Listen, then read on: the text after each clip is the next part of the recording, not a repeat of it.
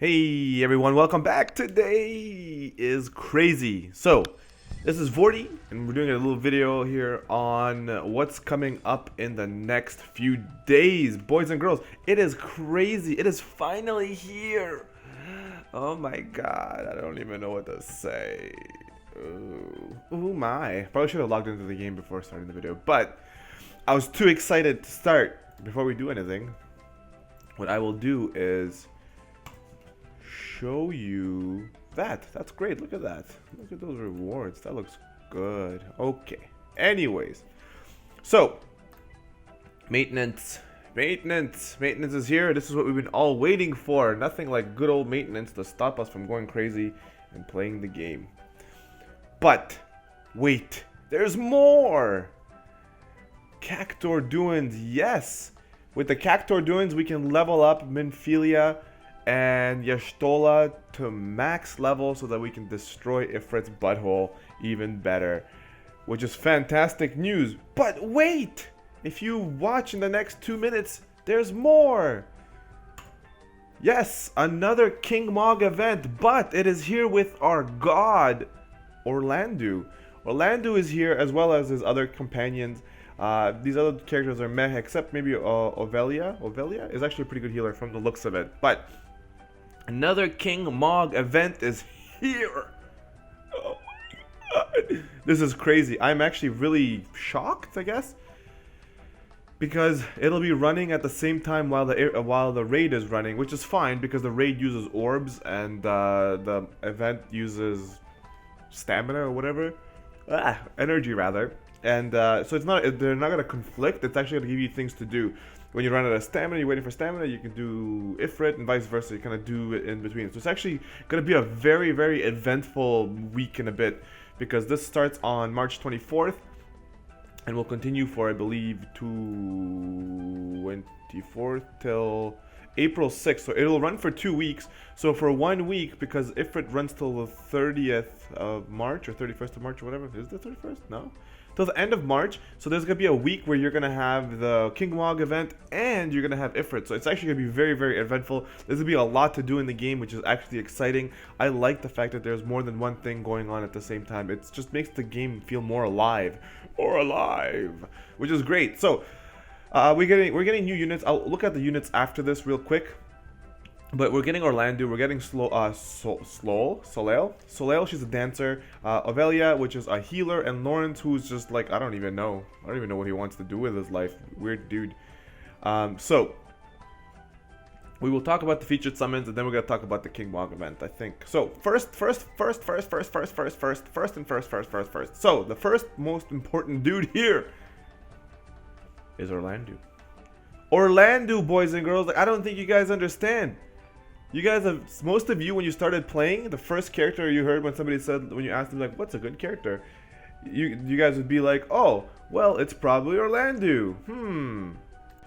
And there's really probably a good reason that they're saying Orlandeau, because Orlandeau really is one of the best units in the game. Even so far in the Japanese version, he's kind of fallen off a little bit. However, he's still really, really solid. A beast at chaining, it makes it very, very simple to chain with him as well. So we'll do the unit overview and then we'll talk about it more in depth, but that's just kind of like the thing about him. Most people are going to be like, so let me rephrase that. If you have been playing for about, let's say, 1, 2, or 3 months and you haven't gotten, let's say, an iconic character or haven't spent any money into the game, you probably want to re-roll and try and get Orlandeau, because he's going to be way better. Especially if you haven't gotten any good memorable units, you're probably going to re-roll for Orlandeau. Okay? That's my advice. It's just going to make it a lot easier for you, you know. And I'm talking about memorable characters being somebody like Olive or Noctis. So if you don't have, let's say, Olive or Noctis, then I would probably re-roll. But also keep in mind, though, if you have characters that are from, like, special events, like the Winter Veil event, or, like, some characters like Yoon, those characters will never be back again. So you have to think about it. Do you want to re-roll and then lose those characters and never get them again? Or do you want to try and press your luck with the current account you have to try and see if you can get Orlandeau? So that's something you want to play around with, but I'm going to leave that for you to decide. So that's how it is. Like, I mean, like, I'm not re-rolling because my account I've invested so much into it. Okay, anyways, so he's going to be the big fish, the big kahuna in this banner. He's going to be coming in at a whopping 5-star and going up to 6-star. His hit points is good, damage is good, defense is meh, magic is meh, spirit is meh. His MP is okay for a physical damage dealer. He is job holy swordsman, or as we like to call him around here, the god amongst gods. Alright, so a very good unit, and he looks badass. He looks like from, what do you call it, like Star Wars or whatever, like a Jedi. He looks super cool. So his Trust Mastery is called Thunder God's Palm. He gives you, so it's an accessory. When you equip the accessory, it's kind of similar to Noctis's Ring. When you put it on, you will unlock 3 new abilities. One's called Crush Accessory, the second one is called Spirit Blade, and the third is called Ultimate Sword. So look forward into the banner overview when I talk about all the characters individually about what they do, and then I will explain those abilities there as well. So here we got his featured abilities: Cleansing Strike, which is attacked 3 times and confuses an enemy. We have this exact same move, and it's on Agrius. Black Lion's Crest is actually really cool. It will give him 100% resistance to all the crap that you don't want your physical damage dealers to have, like blind, sleep, and paralysis.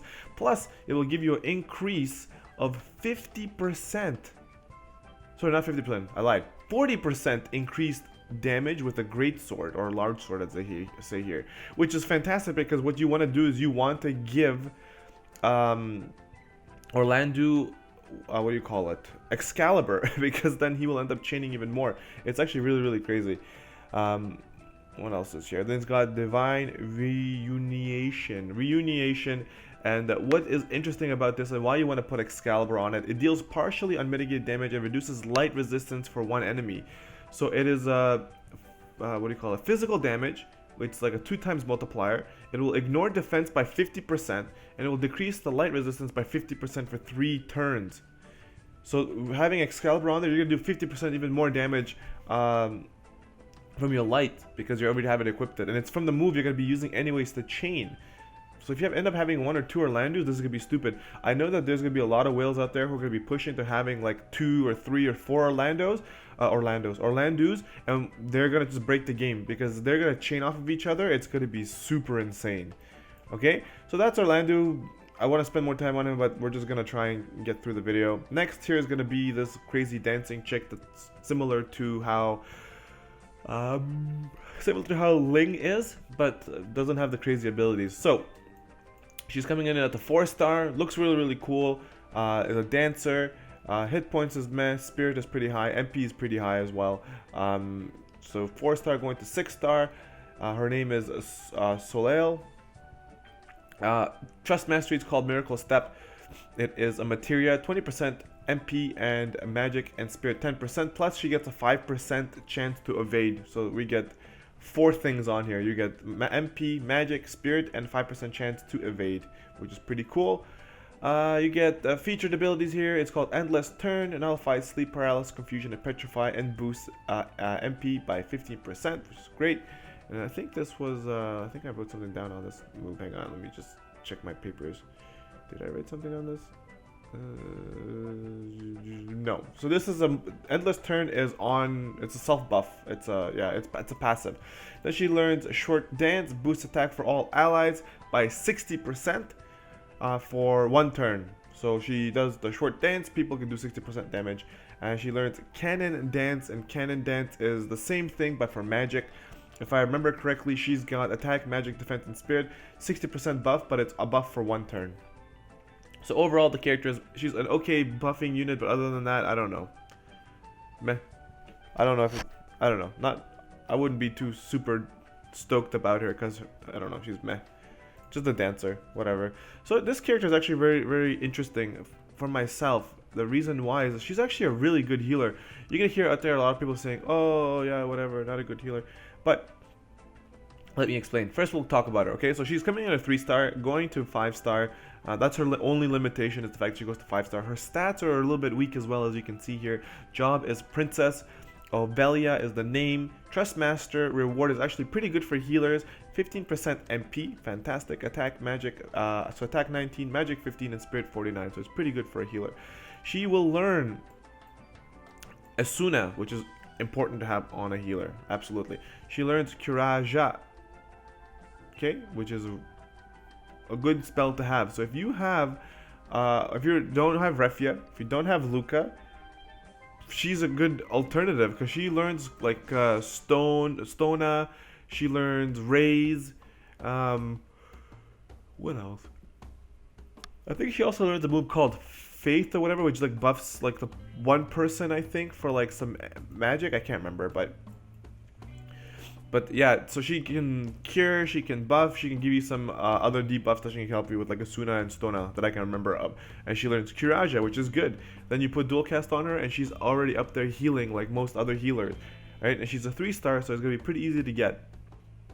So what I was gonna say with that is, if you don't have Refia, or you don't have Luca, or you don't have your Stola, then if you do get Odelia, then you're actually pretty set too. She can do all the healing that you are required. When she's 5-star level 80, she will learn Curaja, which is good. Alright, next here is Lawrence. I really don't know, like, he's kind of lackluster in everything except his TM, but even the TM is like meh.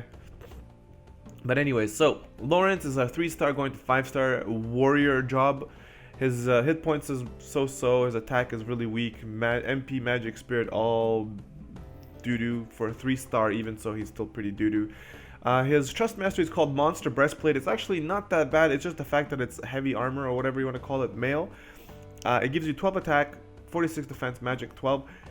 When you think about it, its competitor is going to be Demon Male. So, you know, the attack is pretty good here. Defense, magic, you know, it's a little bit boost from that. So it's like, right? I wouldn't farm it out, but it's not that bad. Like, you know, the TM is, So he gets this interesting TM that's not that bad, and then you get like a set of tools for this character that's just absolute garbage. All right, so like, ugh. But I'll talk about that more and more when we get to it. So he learns Power Fall, which will reduce attack. He will also learn Magic Fall, which is the same thing but for magic, and it's a reduction for 3 turns. Both of those are for 3 turns, and attack and magic is 30% down. Then he learns Barrage, and this is why it kind of confuses me. I'm like, our meta game is kind of moving away from Barrage. It still does good damage. If you don't have a good damage dealer, then and you do get him, then hey, fantastic, you'll be able to have someone who has it. But and if I remember correctly, his limitation on weapons is also really bad. I think his limitation on weapons is similar to what Orlandeau has. I think Orlandeau has 3 weapons, but all 3 weapons for Orlandeau are really good. I think it's like short swords, great swords, and katana for Orlandeau, which is like, that's exactly what he needs. But I think for this guy, it was 1 tier down, which would have been daggers, short swords, and great katanas, or whatever. So his weapon selection is like, you know, if he could use great swords as well, then that would make it a little bit easier. But then again, he has no buffs that I know of that, like, you know, boost naturally for wearing a sword or wearing a dagger. So his weapon selection is gonna be his downfall as far as making him useful in regards to being able to do more damage for you. Alright, so the last part here that we're going to look at is, I thought we just clicked on this. What is this?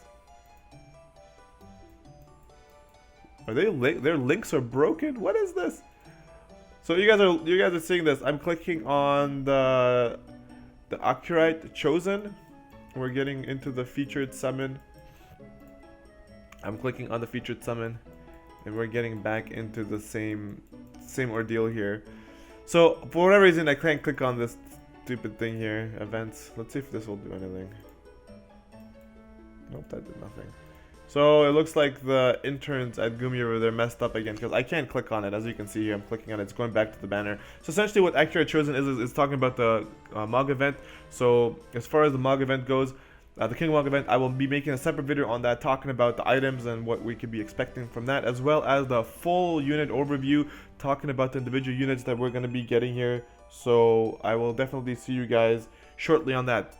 So thank you so much for sticking around. If you're new, hit that subscribe button and that like button, and I will see you guys in the future. This is Vortie. I'm out of here. Peace!